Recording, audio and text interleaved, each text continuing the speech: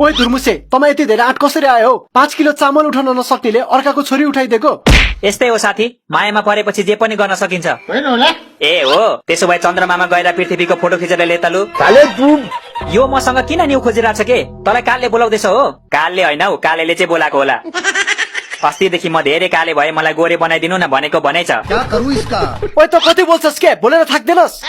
बोल्दैमा थाक्ने भए म किन बोल्थे र?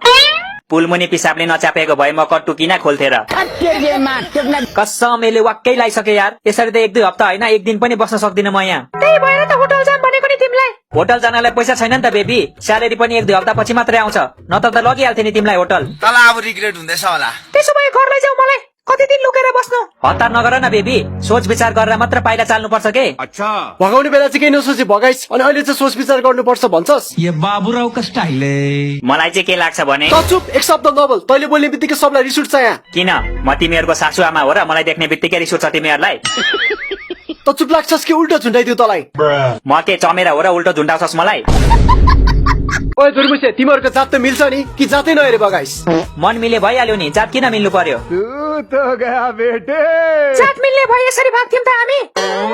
अनि परिवारले स्वीकार्ला त तिमीहरूलाई? किन स्वीकार्दैन? स्वीकार्नै पर्छ नि। यदि स्वीकारेन भने सबलाई आगोको छेउमा राखेर एक जना गर्दै एक जना गर्दै के पोल्छस्?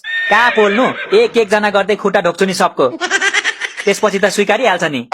अनि आगोको छेउमा चाहिँ किन राख्छु भनेको त? ए त्यो त हामी घर जाने बेलासम्म जाडो आइसक्छ नि त, त्यसैले सबैलाई आगोको छेउमा राख्छु भनेको नि। त पनि अब यो जस्तै कुरा गर्न थाली छैन त?